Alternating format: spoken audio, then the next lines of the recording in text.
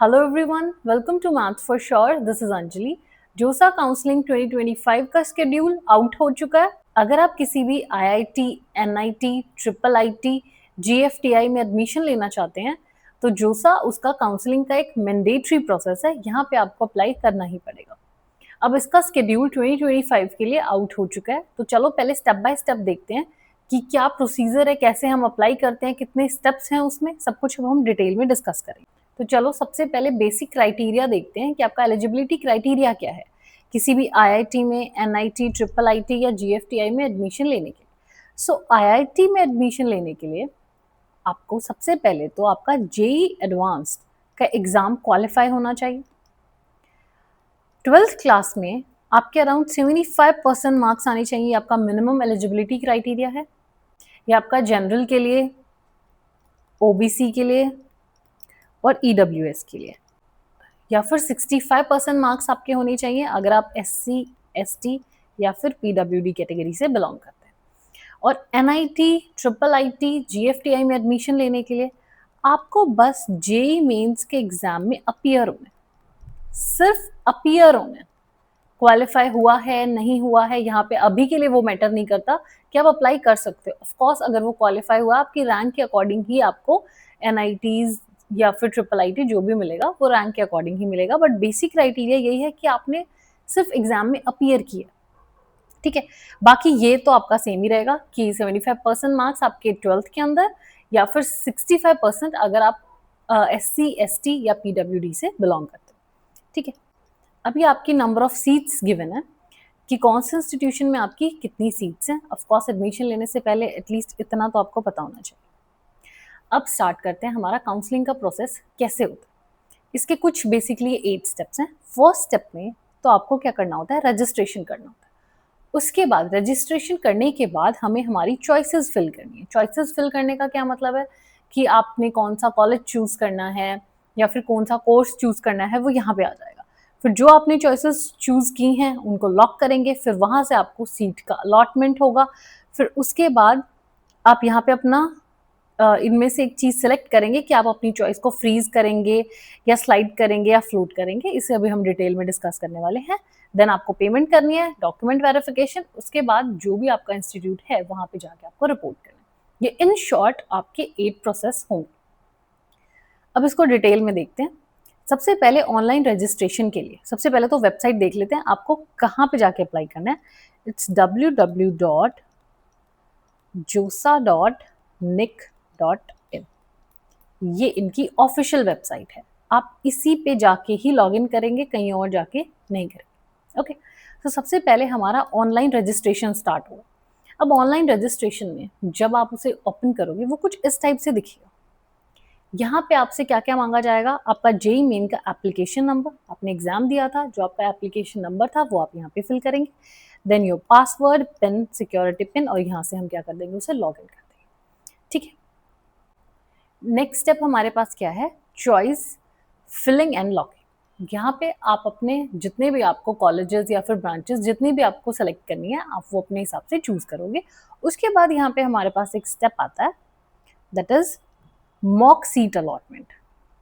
इसमें क्या होता है कि जितनी भी आपने अब अपनी चॉइसेस आपने दे दी, अब उन चॉइसेस के according last previous year data के एनालिसिस से जो जो कॉलेज या फिर जो जो ब्रांच आपके रैंक के अकॉर्डिंग आपको मिल सकते हैं उसकी आपको एक लिस्ट मिल जाएगी।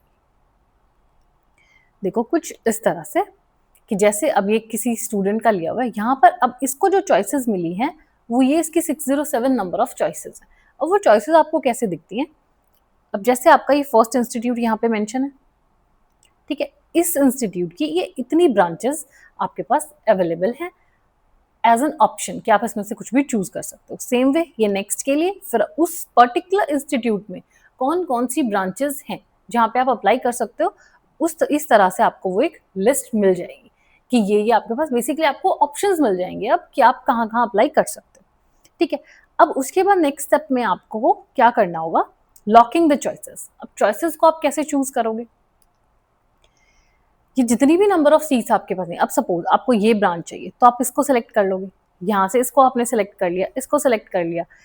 इसी पेज के साइड में एक और टेबल बनाएगा जहाँ पे आपकी चॉइसेस जो हैं वो अरेंज होती जाएंगी। वो कुछ इस तरह से दिखेगा कि जितनी चॉइसेस थी आपकी वो चॉइसेस ऐसे यहाँ पे राइट साइड पे आ गई।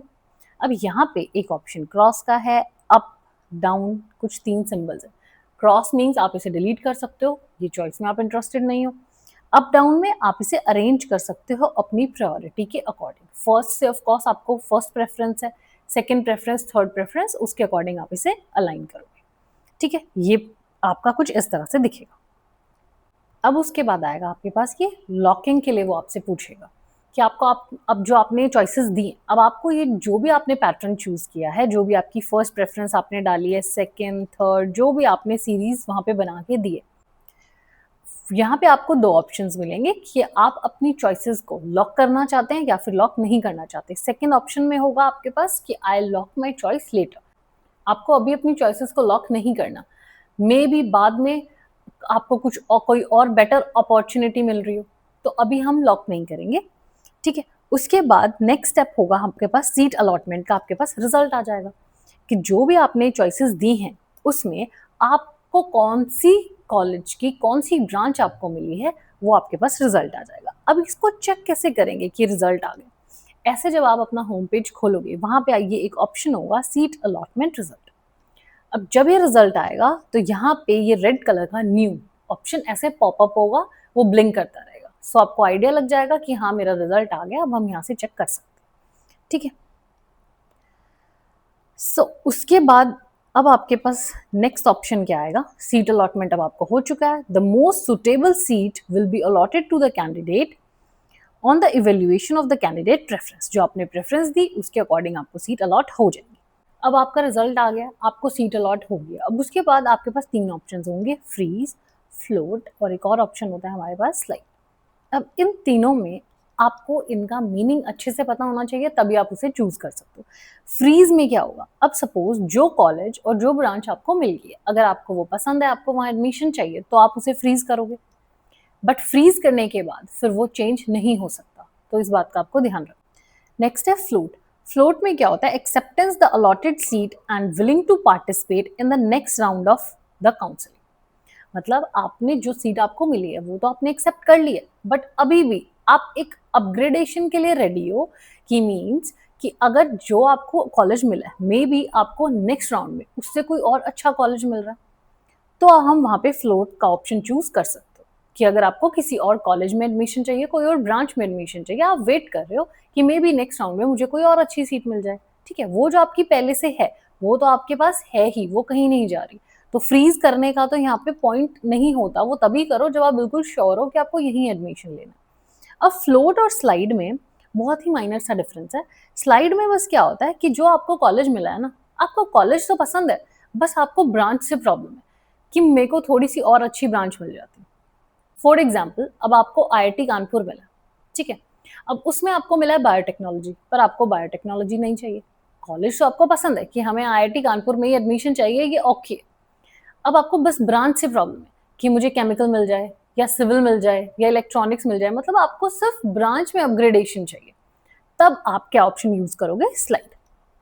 ठीक है, तो ये तीनों में बस डिफरेंस है। तो फ्रीज तो सिर्फ आप तभी चूज करो जब आप बिल्कुल 100% श्योर हो, अदरवाइज आप फ्लोट या स्लाइड में से चूज कर सकते हो। स्लाइड तब करेंगे जब आपको कॉलेज पसंद है, सिर्फ ब्रांच से प्रॉब्लम है, आप उसमें अपग्रेडेशन चाहते हैं, और फ्लोट तब करेंगे जब आपको कॉलेज और ब्रांच दोनों ही चेंज करने हैं मेजरली। ठीक है, अब ये सब होने के बाद आपने सेलेक्ट कर लिया है जो भी आपने चूज किया। अब इस पूरे प्रोसेस के बाद लास्ट में आपको एक सीट अलॉट हो जाएगी। अब उस सीट को बुक करने के लिए आपको पेमेंट करनी होगी, फी पेमेंट करनी होगी। आफ्टर द जोसा counselling seat allotment result, candidate must pay the seat acceptance for the allotted seat. आपको पेमेंट करनी ही होगी। अगर आपने यहाँ पे पेमेंट नहीं की तो जो आपकी सीट है वो कैंसिल हो जाएगी। ठीक है, तो पेमेंट अराउंड 35 to 36,000 तो होती है, वैसे ये बढ़ भी सकती है, और SC ST PWD के लिए अराउंड 16K के अराउंड होती है, थोड़ी बहुत ही ऊपर नीचे हो जाती है। तो पेमेंट तो आपको करनी ही करनी है, और जो वो जितना भी आप पे करोगे लास्ट में आपकी फी से उतना अमाउंट डिडक्ट हो जाता है। ठीक है, और ये पेमेंट होने के बाद अब जाके कंफर्मेशन हुई है कि आपकी सीट बुक हो चुकी है। उसके बाद डॉक्यूमेंट वेरिफिकेशन होगा, ये भी आपको ऑनलाइन अपने डॉक्यूमेंट्स अपलोड करनी है एंड देन उसके बाद आपको उस पर्टिकुलर इंस्टीट्यूट में बुलाया जाएगा, टाइमिंग पूरा शेड्यूल आपको मिलेगा कि इस टाइम पे आपको इस दिन रिपोर्ट करना है। सो अब ये आपका पूरे का पूरा प्रोसेस है कि आप कैसे अप्लाई करोगे, क्या क्या हम स्टेप्स यहाँ पे फॉलो करने वाले हैं, ठीक है। और ये हमारी लिस्ट ऑफ डॉक्यूमेंट्स हैं जो आपको चाहिए होगी। अब ये सब डॉक्यूमेंट्स आपको अच्छे से देख लेने हैं, पहले ही आपके पास टाइम है कि ये सारे डॉक्यूमेंट्स आपके पास होना चाहिए। अब इसमें सबसे इंपॉर्टेंट तो ये है पॉइंट नंबर 8, आपका कैटेगरी सर्टिफिकेट। इसी में प्रॉब्लम आती है मेजर, जो ओबीसी का सर्टिफिकेट है आपका, वो हर ईयर आपको रिन्यू कराना पड़ता है। तो मतलब जब आपने एग्जाम दिया था तो उसके लिए सर्टिफिकेट आपका लास्ट ईयर बना था, अब वो 31 मार्च को आपका एक्सपायर हो चुका है। अब आपको अप्रैल में एक न्यू सर्टिफिकेट बनवाना पड़ेगा, जो आप यहाँ पर जब आप अप्लाई करोगे डॉक्यूमेंट्स के साथ आपको अपलोड करना होगा। तो अभी आपके पास टाइम है, आप अपने सारे डॉक्यूमेंट्स पूरे कर सकते हो। और एक और चीज, आप अपने नाम से एक बैंक अकाउंट आपका होना चाहिए, अदरवाइज वो पेरेंट्स के नाम पे होगा, फिर आप वेरिफिकेशन कराओ, फिर वो बहुत बड़ी प्रॉब्लम होती है। तो सीधा सीधा आप अपने नाम से एक अकाउंट बैंक में अभी से ओपन कर लो, अभी आपके पास काफी टाइम है, ठीक है। सो बस ये डॉक्यूमेंट्स हैं जिसका आपको ध्यान रखना है। अब हम चेक करते हैं हमारा 2025 का शेड्यूल। अब देखो 2 जून को तो आपका एडवांस का रिजल्ट आने वाला है, ठीक है। उसके बाद रजिस्ट्रेशन प्रोसेस जो है वो 3 जून को स्टार्ट होगा। नेक्स्ट 3 जून को ही आप प्री पेमेंट कर सकते हो, एक्सेप्टेंस फी बिगिंस। प्री पेमेंट क्या होता है, देखो जब आप फॉर्म फिल कर रहे थे, ये जो यहाँ पे आपका पेमेंट का ऑप्शन था, ये पेमेंट आप पहले भी कर सकते हो, पर पहले करने की कोई नीड नहीं है। इन केस अगर आपको सीट नहीं मिली फिर वो रिफंड होगा तो उसका कोई मतलब नहीं बनता। आप पेमेंट तभी करो जब आपकी सीट, आपको एक फिक्स हो जाए कि आपको सीट अलॉट हो रही है। उसके बाद आप चॉइसेस अपनी चूज कर सकते हो and then display of mock seat allocation, यहाँ से आपकी सीट एलोकेशन स्टार्ट हो जाएंगी।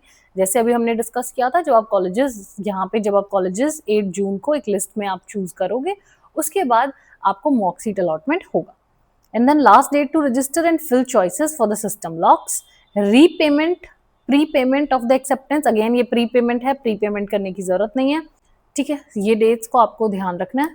अब यहाँ से ये तो आपने पहले अपनी चॉइसेस फिल कर दी, ठीक है। उसके बाद अब यहाँ से हमारा राउंड 1 स्टार्ट होगा। अब आईआईटी के लिए आपके पास अराउंड 6 राउंड होते हैं और बाकी आपके एनआईटीज उन सब के लिए आपके पास होते हैं 5 राउंड्स, ठीक है। तो यहाँ से आपका जो फर्स्ट राउंड है वो 14 जून से स्टार्ट हो जाएगा। अब जो आपने चॉइसेस फिल की हैं उसके अकॉर्डिंग फर्स्ट राउंड में आपको सीट एलोकेशन होगा, यहाँ पे फिर आपको ऑनलाइन रिपोर्ट करना है।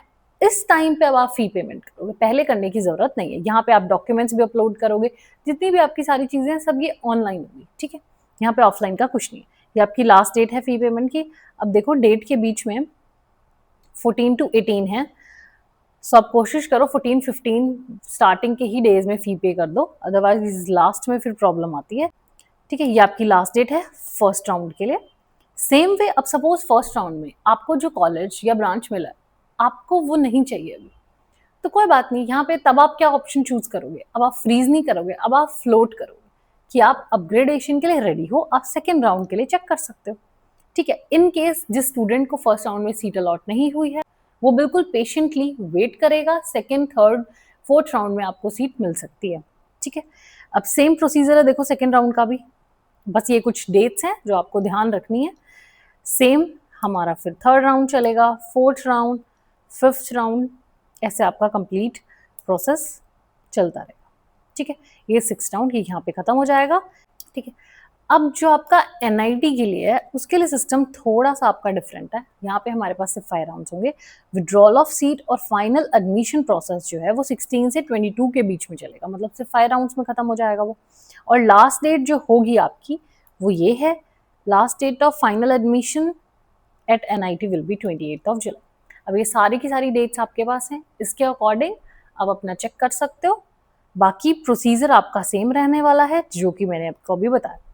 हर ईयर बहुत सारे स्टूडेंट्स अपनी सीट कैंसिल कर देते हैं, मल्टीपल रीजन हो सकते हैं कि उनका नहीं मन लगा, वो छोड़ के जाना चाहते हैं, या फिर उन्हें ब्रांच चेंज करनी थी, उन्हें उस ब्रांच में नहीं करना था, तो मल्टीपल रीजंस हो सकते हैं। वहां पे आपकी काफी नंबर ऑफ सीट्स जो हैं वेकेंट हो जाती हैं, तब आप अप्लाई कर सकते हो। बट उस टाइम पे जोसा कंडक्ट नहीं कराता, वो आपका सीसब कंडक्ट कराता है, ठीक है। ये अलग से प्रोसीजर कंडक्ट कराएगा और इसके लिए आप इस वेबसाइट पे अप्लाई करोगे, ये बेसिकली आपका 7th राउंड है, मतलब 6 के बाद अब आपको एडमिशन नहीं मिला, अभी भी आपके पास ये आप कह सकते हो कि आपके पास एक लास्ट ऑप्शन बचता है, क्योंकि काफ़ी स्टूडेंट्स अपनी सीट कैंसिल कर देते हैं।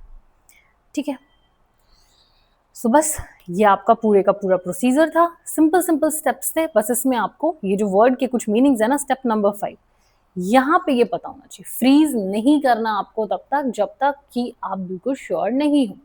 ओके, एक क्वेरी आती है कि स्टेट कोटा में हम क्या फिल करें। जब आप फॉर्म फिल करते हो तो आपके पास स्टेट कोटा भी पूछता है वो, इसमें क्या फिल करेंगे।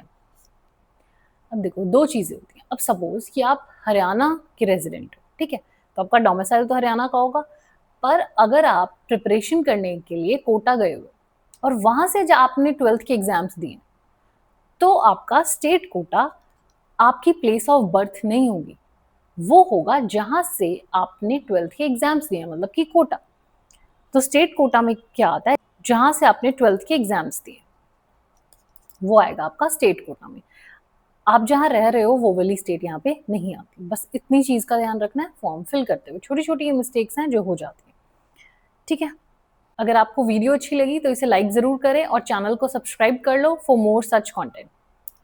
Thank you for watching.